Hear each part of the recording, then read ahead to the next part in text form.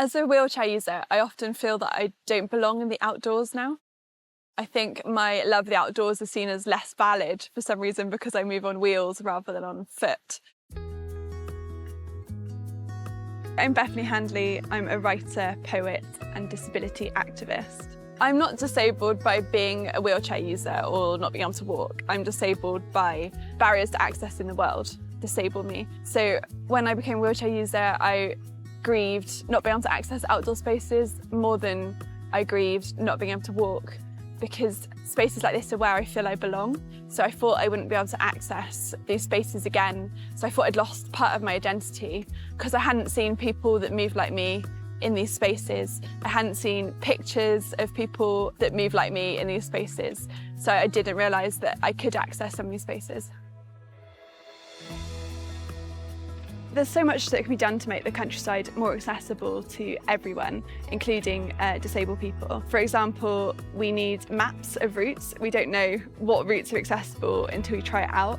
We can't just look at an OS map and work out which route we can take, or look at Google Maps and know if we'll be able to access a route. We need more open spaces and boundaries that don't involve kiss gates, or like the small gates that we can't get through, or stiles. If a gate doesn't need to be there, if there's no livestock in the field, could it be removed?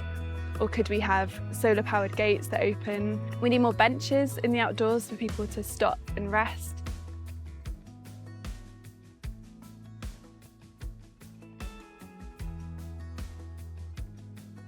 Since becoming a full-time wheelchair user, my body has forced me to slow down and to look at nature on a different scale.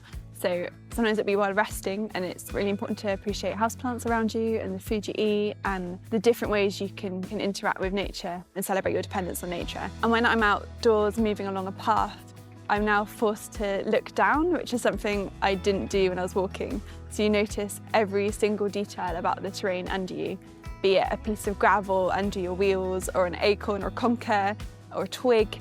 And you notice all the details, such as the fungi pushing aside the gravel, which I don't think I would have noticed walking quickly through a landscape before. So now I feel like I appreciate nature on many different scales and not just taking in a larger view. It was really joyful watching the tyre marks stretching out in the mud behind me. It felt quite triumphant, like claiming the path and saying my body and my way of moving is valid and I deserve to be here. When we talk about the barriers that disabled people experience outdoors, we often just focus on the physical barriers, such as a lack of car parking spaces, or gates that block our access, or barriers that have been designed to stop vehicles going, but also stop our wheelchairs. But actually the social barriers and attitudinal barriers we encounter are just as disabling.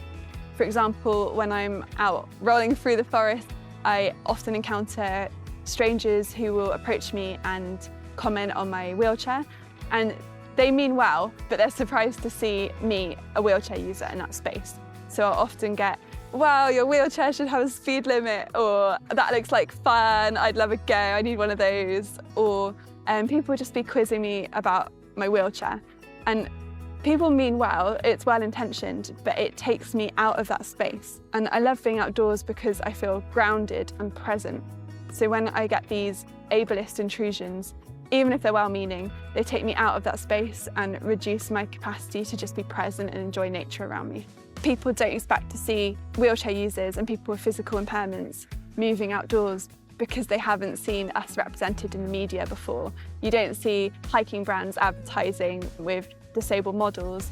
You don't see pictures of us moving outdoors or hear nature narratives about how we move.